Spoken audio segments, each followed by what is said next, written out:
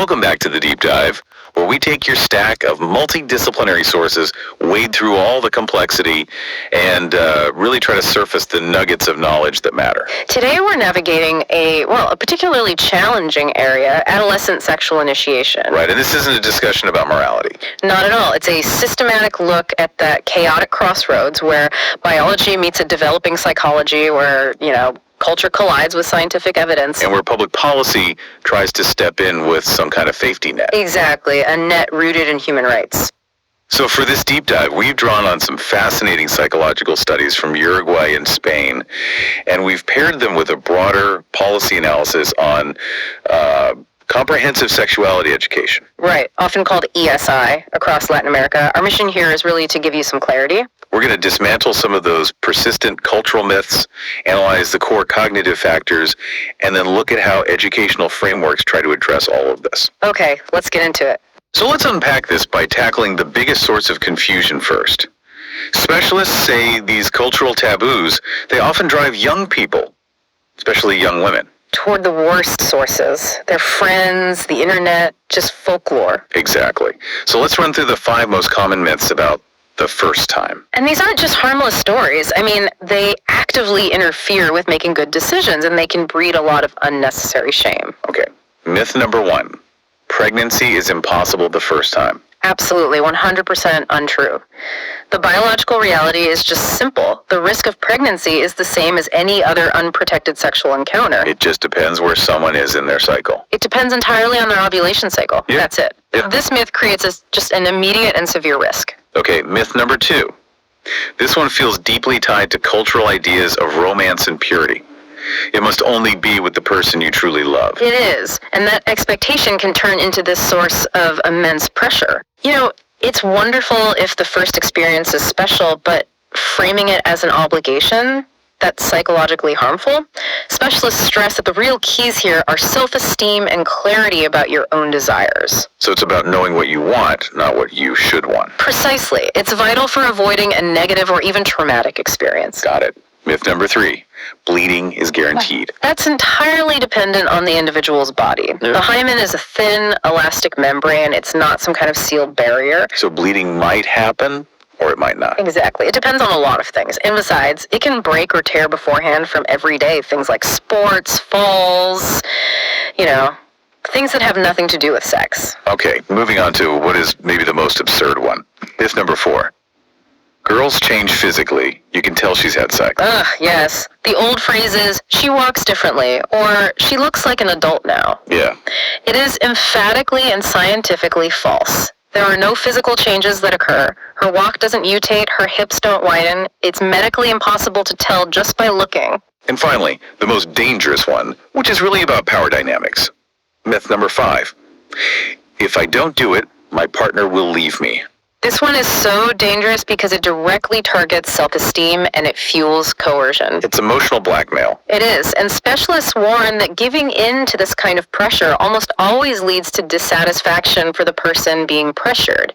It's not about shared intimacy. It becomes about power for the coercing partner. So if we strip away all these harmful myths, what's actually happening inside an adolescent's brain when they're making these kinds of decisions? Okay, so this is where we shift from the cultural noise to the cognitive reality. Adolescent decision-making is defined by what psychologists call a dual process system. Okay, what does that mean? Think of it this way. The part of the brain that seeks thrills, rewards, immediate gratification, it develops much, much faster than the cognitive control system. So the part that manages planning, judgment, impulse control. Exactly. The brain's accelerator is floored, but the brakes are, still being built and calibrated.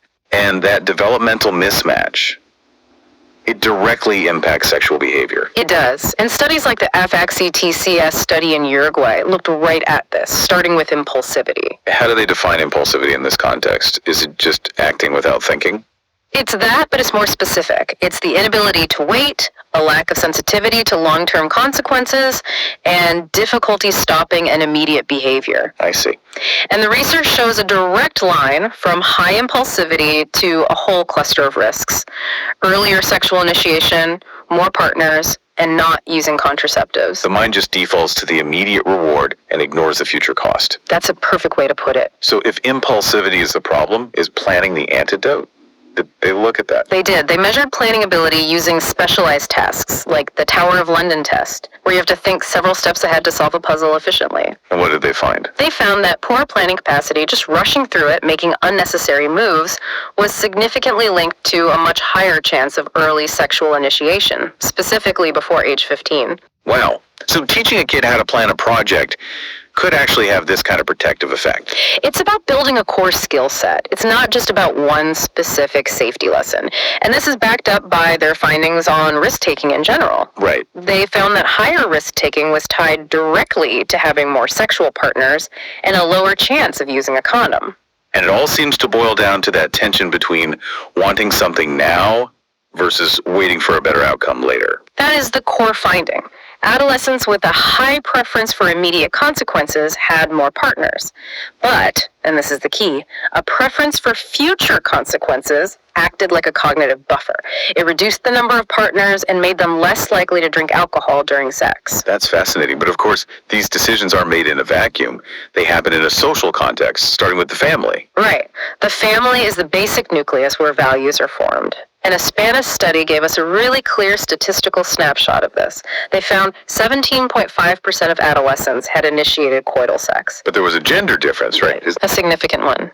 20.2% of boys versus 15.4% of girls. And that difference alone tells you something about varying cultural pressures. So what was it about the family environment that was associated with earlier initiation? The researchers found what they called a family risk nexus. Certain factors all clustered together. Like what? A worse relationship with parents, divorced parents, or a poor relationship between the parents. And this family stress often ran parallel with other risk behaviors. So substance use. Exactly. Smoking, drinking, using drugs. It seems that when the home environment is unstable, adolescents look for coping mechanisms elsewhere. And you mentioned communication before. Was there a specific gap there? A huge one. A study in Cuba highlighted this. While 82% of adolescents said they got some sexual information from their parents. Which sounds pretty good. Right. But 85% so, an even bigger majority, said the information was insufficient, occasional, or just incomplete. That's the communication gap. That's why the myths we talked about persist. They're being pushed to less reliable sources. And when you combine that information vacuum with those impulsive cognitive tendencies, you get high-risk behavior. Which brings us to a pretty startling statistic from that same study. The most striking data, yeah. They found 61% of adolescents aged 15 or less had engaged in coital sex. But here's the part that's a real public health concern. Go on. Of those early initiators, a massive 75% were classified as promiscuous, meaning they'd had more than 3 partners in the last year. And that rate was similar for both boys and girls. That is a clear call for some kind of institutional intervention. So how does public policy, like comprehensive sexuality education, or ESI, try to address this? ESI is the key institutional response. Its goals are holistic, aiming to provide the knowledge, skills, and values for healthy decisions. So it's not just biology class, it's designed to target the exact cognitive and relational risks we've been talking about. Absolutely. The goal is to reduce unplanned pregnancy, STIs, and sexual violence. And it's effective because it works from the premise that young people will be sexually active. It acknowledges reality, unlike abstinence-only programs. And the evidence shows it works. It increases knowledge, boosts confidence to, say, use a condom or refuse sex. And it can actually delay sexual initiation and reduce the number of partners. But there's one detail from the sources that makes these programs dramatically more successful. Which is? ESI programs that actively address gender and power relations are 5 times more effective at reducing pregnancy and STIs. 5 times. Why is that? Does that link back to the coercion myth? Directly. By talking explicitly about power dynamic, these programs empower young people, especially young women, to recognize coercion, set boundaries, and negotiate safety. If you only teach the biology but ignore the social pressure, you're leaving a huge hole in the safety net. Now, implementing ESI, especially in Latin America, has seen a lot of organized pushback. We should probably lay out that conflict impartially for our listeners. For sure. The main challenge comes from movements like Con mis hijos no te metas, or Don't mess with my children. They argue that ESI imposes what they call a gender ideology and undermines parental rights. And what's the response from the international bodies that promote ESI? Well, organizations like UNESCO and UNICEF, they directly refute those claims. They clarify that ESI is about delivering scientifically accurate information, promoting human rights, and preventing violence. The claims made by the opposition just don't line up with the actual content of the program. And to bring this full circle back to decision making, the Uruguay study also looked at how teens would handle a hypothetical unplanned pregnancy. And this really provides a sobering view of their lack of preparation. They found that attitudes had a big impact on the hypothetical choice, as you'd expect. But the biggest group? The largest single group, over half, 52.6%, just said they had many doubts or didn't know. Which suggests they're entering these high-stakes scenarios without a clear plan or set of values to guide them. Exactly. So to summarize for you, managing this really requires a three-pronged approach. You have to understand the developing brain, the impulsivity. You have to strengthen the family dynamic with better communication. And you need that institutional support, like effective ESI. And what this deep dive really validates is the need to move beyond just scaring kids. The goal isn't fear, it's strengthening their core skills like decision-making and planning. Right. And the research consistently shows that when you improve their ability to consider future consequences, you reduce risks across the board. Which brings us to the final thought for you to consider. Okay. The research mentions the need to redefine risk. Maybe we need to move away from seeing risk in purely negative terms as something to just avoid. And instead, maybe start promoting positive risk-taking in adolescent development. So using those new planning skills to take on healthy challenges, academic risks, social risks, leadership roles. Exactly. Training the brain to seek rewards constructively. It's something to mull over as you integrate all this new knowledge. Until next time.